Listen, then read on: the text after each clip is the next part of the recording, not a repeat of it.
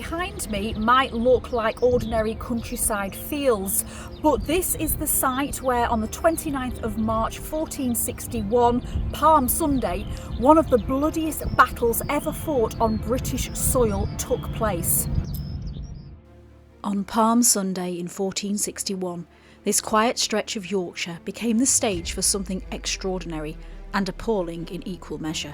The Battle of Towton was not just another clash in the Wars of the Roses, it was the moment the struggle for the English crown erupted into one of the bloodiest days this country had ever seen. For 10 long hours, in snow, wind and bitter cold, thousands of men fought here, while the future of England hung in the balance. Hello friends and welcome back to the channel. If you're new here, I'm Claire, this is the Wanderlust Way. Now first off, let me say a massive thank you to everybody that supports this channel by liking, commenting, subscribing, sharing, becoming members, sending super thanks. Honestly, everything that you do is helping this channel to grow and it's allowing me to carry on going on adventures like this, sharing the stories that I find with you. And today is a very big story because we are here in North Yorkshire, sort of in between Leeds and York, on the site of one of the bloodiest battles ever fought on English soil. Now this was a battle in the Wars of the Roses and it was a massive turning point in English history, a war fought between two kings. Now, if you're ready for that tale, that's enough waffle, let's wander.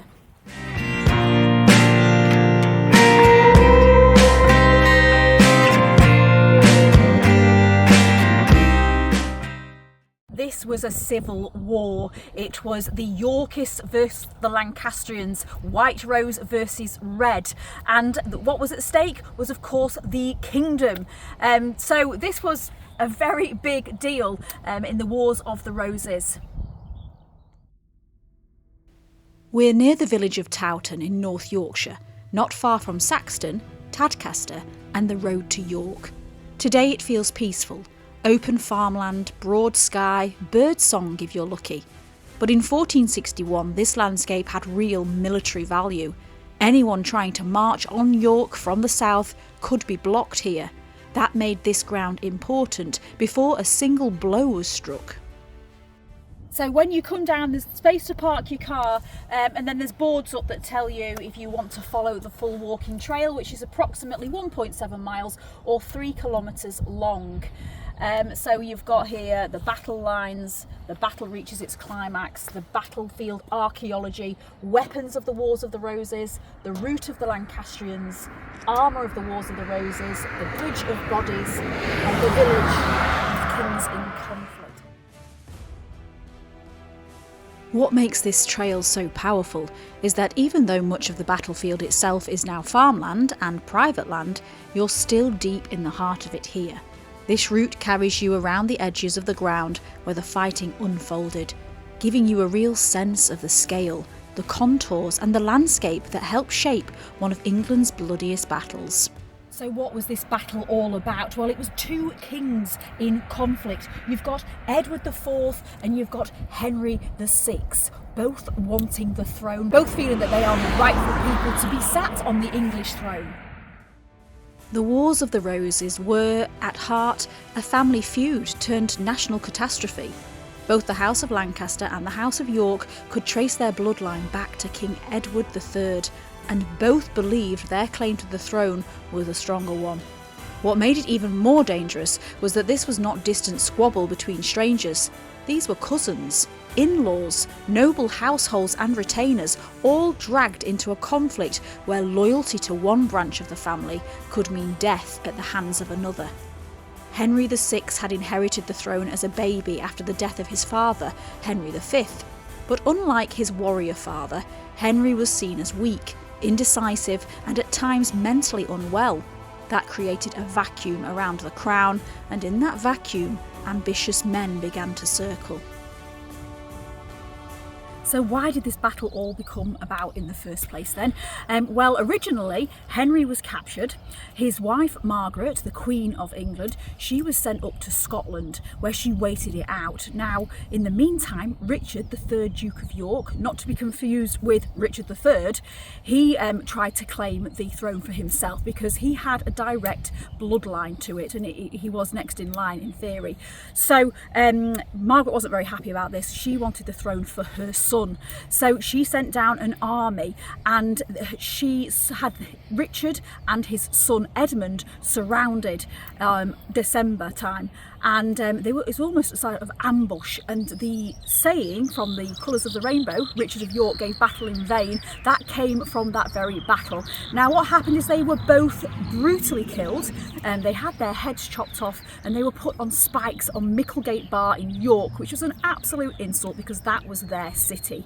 Now in the meantime, Richard's son Edward, he found out about his father and his brother. He was absolutely livid, and he decided to raise an army. So he got all the Yorkists and he went everywhere and tried to get them all together so that they could fight Margaret and the Lancastrians and try and get the throne for himself. Lots of things happened in the meantime, but it all came to a head here on Towton Moor. By the time Towton came around, England had already been through years of instability. Henry VI had been captured before, released again, and used almost like a symbol by those around him. After the Act of Accord named Richard the Duke of York as Henry's heir, Queen Margaret refused to accept that her own son should be disinherited, so the conflict sharpened. Then came Wakefield in December 1460, a disaster for the Yorkists.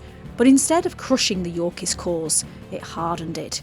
Richard's eldest son Edward stepped forward, declared himself king, and marched north to answer blood with blood. And even then, Towton did not begin neatly. The day before, there had already been brutal fighting at Ferrybridge as Yorkist forces tried to secure the crossing over the river. Lord Clifford and his men attacked hard, turning the approach north into a fierce struggle of its own. So by the time the armies reached Towton, this was not a fresh beginning, it was the climax of a campaign already stained with death. The morning of 29th of March dawned under dark skies and strong winds. It was Palm Sunday, a day that in any other year would have been marked by prayer and procession.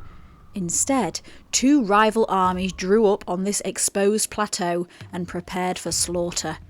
The Lancastrians had chosen their ground carefully. They stood on the north side of Towton Dale, with the valley in front of them acting like a natural barrier. Their right flank was protected by the steep banks of Cockbeck, and marshy ground guarded parts of the field. It was a solid defensive position, but positions on paper do not always survive first contact with weather, fear, and the decisions of men. It's hard to picture the scene today. We've got quite nice weather, but back then it was a snowy, wintry kind of day, and the snow in effect and the wind actually, it was a disadvantage to the Lancastrians, but it was an advantage to the Yorkists, because what happened is they had the higher ground, I'm told, and they acted first. They shot their arrows with longbows, and the wind was behind them, and it pushed the arrows towards the Lancastrian first line of defence. Now what happened is it took quite a few of them out. Now when the Lancastrians tried to fire back with their arrows, the wind was against them, the snow was in their face, and their arrows didn't even touch the first line of the Yorkists. So they all basically got lost onto the ground. And I believe from what I've read that the Yorkists then used that to their advantage, picking up their arrows, the Lancastrians' arrows, and firing them right back at them. So this would have been very fast paced. And actually, to be quite honest with you, when I first heard about this story and found out it was not that far from where I was staying, I had to come and visit Towton, and I was quite excited about the prospect. Now I'm here, I actually feel quite sad, because it's made me realise the amount, the war and the action, but it's made me realise there's a lot of people lost their lives in this battle. Chroniclers at the time estimated it to be about 20,000 people, which was about 1% of the English population at the time. Although the Lancastrians may have had the advantage in numbers, the Yorkists had something just as valuable that day: strong leadership and a better use of the conditions. Edward, still only 18, led from the front. Tall, physically imposing and visibly present in the fighting, he was exactly the sort of figure an exhausted army could rally around. One of his greatest assets was Lord Fauconberg, an experienced soldier with a sharp military mind. It was Fauconberg who understood what the weather could do. With the wind at their backs and snow blowing into Lancastrian faces, the Yorkist archers were able to fire farther and more effectively. So even before the hand-to-hand fighting began, the elements were already helping to tilt the field. And the landscape mattered too. The plateau, the dale, the roads, the beck, the wooded edges, none of it was just scenery. It shaped movement, visibility and escape. On a battlefield like this, geography could kill you just as surely as a blade. If you decide to do the trail for yourself, there's lots of interesting signage put up along the way. It looks like it's been commissioned as well by the Royal Armies, so that's interesting. But there's this one in particular. It says, when the two armies engaged hand to hand, the Lancastrians' superior numbers pushed the Yorkist army back up the hill towards Saxton. The Yorkist line may also have been outflanked at its left end, and some accounts report a Lancastrian ambush from Castle Hill Wood, far from the main action, although this may be an excuse given by the eventual victors for their temporary setback. Now, one of the reasons that the Yorkists won this battle, many say, is because of Norfolk, because right at the end, when everybody was flagging, Norfolk turns up with more fresh troops. So it says here, then in the nick of time, Norfolk's troops arrive. This seems to have turned the tide, and as fresh troops joined the fighting, the left of the Yorkist battle line swung back. The tired and demoralised Lancastrian army broke and fled to the northwest, directly towards Cockbeck, that's the river, and a terrible fate in its freezing cold, fast-flowing water. Once the arrows had done their work, the battle descended into hours of savage close combat. And it really was hours. Not a sudden collapse, not one dramatic charge, but a prolonged grinding struggle where men pushed, hacked, stumbled, rose again and carried on. Contemporary and later sources describe a battle lasting most of the day, perhaps 10 hours in total. For a long time the result hung in the balance. The Yorkists were under huge strain, and at points they were being forced back. Then late in the day came the arrival they had been waiting for.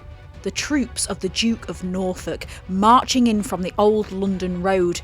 Fresh men entering a battle that had already exhausted both sides could make all the difference. And here they did. Norfolk's arrival struck the Lancastrian flank and shifted a brutal stalemate into a Yorkist advantage. Now, this kind of place is an archaeologist's playground because they are still finding things from the battle here. So you've got a harness bell, and there's a rowel off a broken spur, buckle from the end of the belt. Obviously, they have found lots of skeletons as well. I mean, yeah, it's history you can actually touch in that sort of respect. One of the reasons Towton still feels so immediate is because the dead did not stay hidden. Archaeology has brought this battle horribly close. Mass graves discovered in and around the village have revealed men mostly in their 20s and 30s, many of them already carrying the marks of older fights. These were not all raw recruits. Some were seasoned soldiers who had survived previous campaigns only to meet their end here. The injuries are what really stop you in your tracks. Split skulls, crushed faces, multiple wounds to the head. Evidence not only of battle but of ferocity, of men being struck again and again. So when people say history can feel distant, Towton rather proves the opposite. Here, the evidence is in the bone. I've just spotted behind me is Hazlewood Castle. Now, I did stay there last night and I've made a video about the history and some of the ghost stories about that place. Now, you can see from this point how near it is really in the distance. And the rumour was that Edward, after he won the battle, he retreated to Hazlewood Castle for refreshments. Now I don't believe that's actually been historically written down on record, but it makes perfect sense, because if you were a thirsty king, which you would be if you'd been in a battle of this kind, then that is exactly the sort of place where you would probably want to head. So I mentioned earlier that Hazlewood Castle could be seen in the distance, and it was believed that Edward went there for some refreshment. Now I've just come across a sign that sort of confirms that that might have happened as well, because it says the Vavasour connection. Now if you haven't seen my video about Hazlewood, just briefly tell you, the Vavasours, they had Hazlewood Castle for 900 years, that was their home. Anyway, Vavasour connection, a man-at-arms leaps the cockbeck. Hazlewood Castle can be seen in the distance. By 1461, the estate had been in the ownership of the Vavasour family since the Norman conquest, and traditionally its boundary was marked by the cockbeck. Although vassals of the Percys, Sir Henry Vavasour fought for the Yorkists at Towton and survived.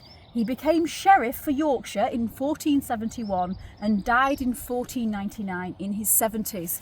And there's a little quote that says, "Vavasour at the field of Towton did leap over cock with," that bit's missing, "behind him." And then there are the great houses on the horizon, like Hazlewood. Places we now think of in terms of beauty, history, architecture, perhaps even luxury. But in the 15th century, these were homes tied into the power, loyalty and survival. Families like the Vavasours had to navigate a world in which backing the wrong side could destroy everything. And that is one of the things the Wars of the Roses makes so clear. This was not just kings and earls moving pieces on a board. It was households, estates, retainers, tenants, sons and fathers, all caught up in the consequences. To live through a civil war is not simply to watch it happen. It reaches into the family itself. We've got a sign here about some of the weapons that might have been used in that battle, and I don't know if I've already mentioned it, but one of the things that made this battle so important, obviously there was the number of people that died in it and there was the outcome. It was the brutality of the injuries that were found on those bodies, those skeletons, when they were eventually discovered. So I'm just going to read this little bit to you and then I'm going to show you something. The most important edged weapon on the War of the Roses battlefields was the bill. This was a development of an agricultural implement still familiar today, and many infantry on both sides would have carried them. Bills had a hooked blade with spikes on the back and top. They could be used for cutting, hooking and thrusting, and their long hafts made them effective against cavalry as well as infantry. Now, from what I've read, and if you know more about this, then please do say, a lot of this battle ended up becoming combat, like it was, after the arrows and everything, it was really head-on-head combat. So it would have been brutal. There's swords there, you've got a dagger there. Now this is a skull from Towton with a hole in its temple, probably caused by the beak of a horseman's hammer. This is what a horseman's hammer looks like. So I wouldn't have wanted to be on this field at that time. It must have been absolutely terrifying. Even to, some of the guys that were fighting in this, they were hardy to battles of this, but not of this kind. It was massive. But it doesn't matter how many wars you fought. I think one of those coming towards you would be absolutely terrifying. And it's probably why they said the River Cock ran red with the blood of the dead after this battle.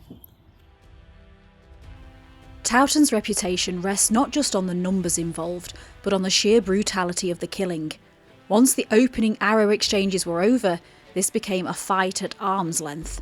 Bills, poleaxes, swords, daggers and maces were all brought to bear in a dense crush of men when there was little room to move and nowhere to retreat. The bodkin-headed arrows of the archers were designed to punch through armour. The bills could hook, drag and tear. Poleaxes and swords could split helmets and fracture bone. The injuries found on the dead showed just how terrible that must have been. One skull excavated at Towton had been cut so deeply across the face that the bone itself was split. Others show blows to the back of the head, suggesting men struck as they turned, fled or fell. This was not clean warfare. It was intimate, exhausting and appallingly violent. We've come across another sign, and it's the Rout of the Lancastrians. So we're here. The Lancastrians break and flee from the battle.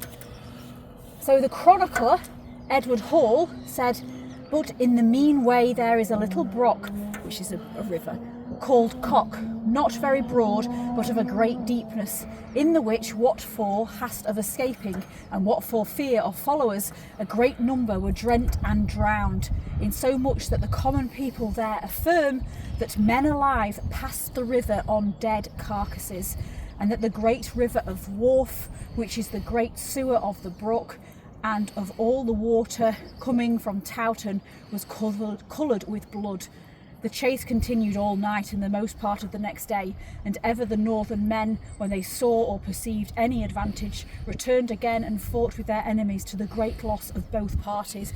So I read that they were trying to cross over the river. Many of them were drowning in the river, and then the men were running over them like a bridge of bodies. It must have been an absolute scramble. Still, the snow is falling by the looks of things. Cockbeck became one of the most terrible parts of the story. It winds around the field in an S shape, and what might normally have been no more than a landscape feature turned into a death trap. Once the Lancastrian line broke, men fled towards it in panic, trying to scramble across the water and away from the killing behind them. But there was to be no mercy. Sources suggest that before the battle, both sides understood that no quarter would be given. In other words, surrender offered little hope. And so the slaughter continued beyond the main field. Men drowned in the beck, they were crushed by those behind them, or cut down as they struggled through the water. Chroniclers later wrote of bodies piling up so thickly that others crossed over the dead. It is one of those details that sounds almost too awful to be true, and yet it has endured because Towton was awful enough to make it believable. So when we're talking at numbers, the scale of loss in this battle, this describes, it said Hall, he's the chronicler, he gives the death toll at Towton as 36,776. But a more commonly accepted figure, allegedly recorded by heralds after the battle, is 28,000. But some scholars today think they are exaggerations and that the true figure was more likely 3,000. So that's a big jump from 3,000 to 28,000 to 36,000. However, obviously, Edward wanted everybody to feel like, obviously he was the victor, and some people say that he had made those numbers sound bigger to obviously make the battle more impressive. That's what I've taken from it, from other things I've read. Anyway, it says, however, the pursuit by the Yorkists, especially those of Norfolk's battle, who may have arrived on horseback, combined with the perils of crossing Cockbeck to cause carnage, and gave the name to Bloody Meadow, scene of much of the slaughter. Archaeological investigations of the battlefields suggest that pockets of Lancastrians made a series of stands during the retreat. To the north, scatters of artefacts on the high ground above Coxford suggest the final stages of the battle took place here, a last desperate effort to prevent the Yorkists from winning, marching on York and capturing King Henry, because I don't know if I've mentioned already, Edward, 18 years old, full in his armour, he's on the battlefield. Henry, on the Lancastrian side, he's not on the battlefield, he's waiting it out in York with Margaret. So many people say that because Edward was on the battlefield, it gave him an advantage, because when his men were depleting, he would sort of rally them up and say, look, I'm here with you and we're all going to fight together. And many people say that's why he was so victorious, one of the reasons anyway. One of the most debated parts of Towton is the death toll. Medieval chroniclers and later writers often gave enormous numbers, sometimes 28,000, 30,000, even more. Modern historians tend to be more cautious, and some newer analysis has suggested a much lower figure than older accounts claimed. But the exact total, important though it is, can almost distract from the bigger truth. Even the lower estimates still make this a catastrophe on a staggering scale. Somewhere between 1 and 2% of the English population may have been involved in the armies gathered here. Whether the dead numbered in the high thousands or the tens of thousands, the loss was still immense, and that is why Towton has remained in the historical imagination as probably the largest and bloodiest battle ever fought on English soil. We're getting to the point now where things are getting a little bit grim. So we are here, and there's Cox Bridge is just in front of us by the looks of this sign. You've got Cox Beck running down it. So this is where you've got the Bridge of Bodies. The point where the old London road crossed the Cockbeck on its way to Tadcaster may have been the only bridge or ford at the time of the battle. Those Lancastrians who made it over the bridge probably escaped the Yorkist pursuit, but many more were probably slaughtered before they could cross. The Bridge of Bodies, where the dead Lancastrians filled the stream, allowing others to cross, may have been here. And there's a depiction here from an engraving based on the painting by the artist R. Caton Woodville, I think it says.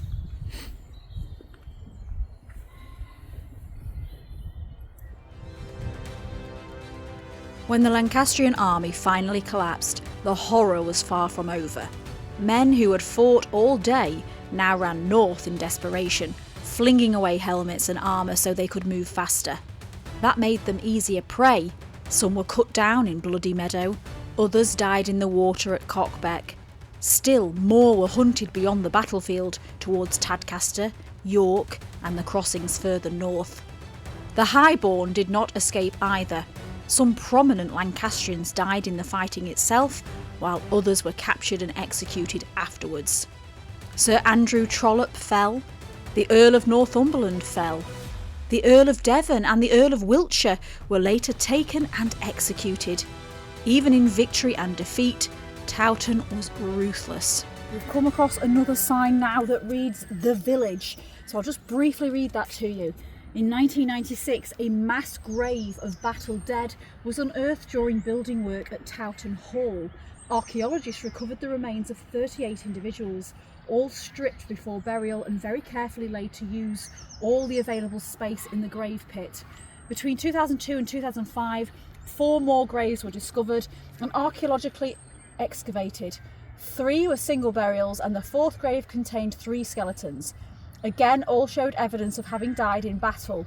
Other excavations in the cellar and across the front lawn of Towton Hall found disarticulated human remains, suggesting that yet more skeletons have been disturbed during previous building work, probably in the 19th century.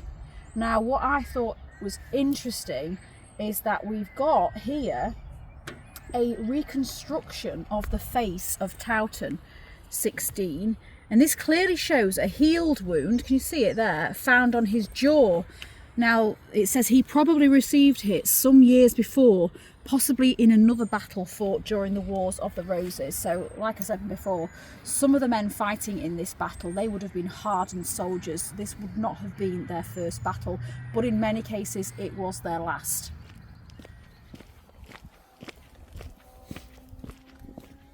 There is another sign near to the village. This is the Battle of Towton, Palm Sunday, 29th of March 1461.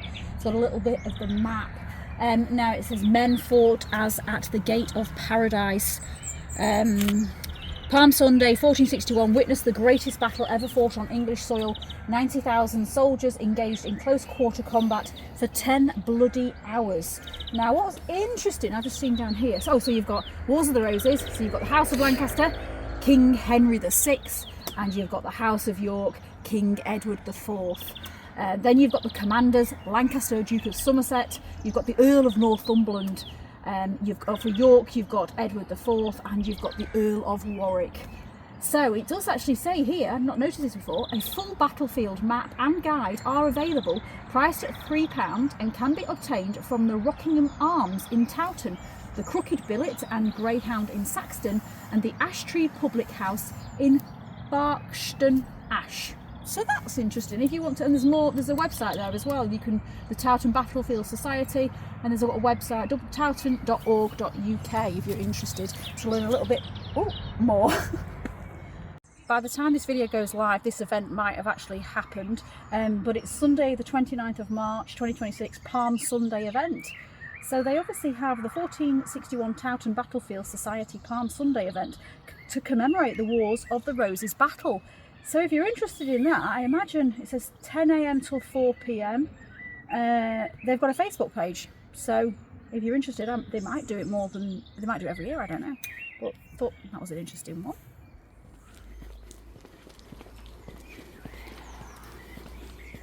And there we find the Rockingham Arms, which is where it said you could get one of those trail maps.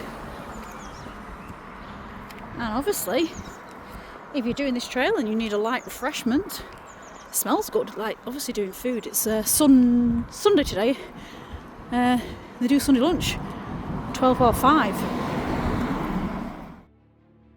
By the end of the battle, Edward had what he needed the most: the field, the momentum, and the right to present himself not merely as a claimant, but as king in fact as well as name.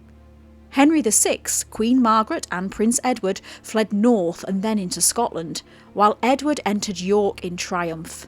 There, in one of the war's most grimly symbolic moments, the heads of his father Richard and his brother Edmund were taken down from Micklegate Bar, where the Lancastrians had displayed them after Wakefield. But Towton did not end the Wars of the Roses overnight, but it transformed them. It broke Lancastrian dominance in the north, strengthened Edward's grip on the throne, and made clear that England could not continue with two rival kings. There would still be rebellion, betrayal, exile, restoration, and more blood to come. Barnet, Tewkesbury, the murder of Henry VI, the disappearance of the princes in the Tower, and finally Bosworth in 1485. But Towton was the great turning point. Not the end of the story, but the moment the balance of it shifted for good. And perhaps that is why this place still matters, not just because so many died here, though they did, but because on this windswept ground, England's history was forced violently in a new direction. So we've completed it. It's a 1.7 mile trail, and if you want to do it yourself, you can find it. It's just Google Towton Battlefield Trail. It's been absolutely incredible to do this, and yeah, like I mentioned earlier, it really, you think about the battle, you imagine the battle, you may have even seen reenactments of the battle, but it's not until you're here and you can sort of, it's got a bit of for me, I don't know about anybody else, but it feels quite emotional. The amount of loss on this battlefield is incredible. Anyway, thank you for joining me, and hopefully I'll see you on the next episode. Take care everyone, bye.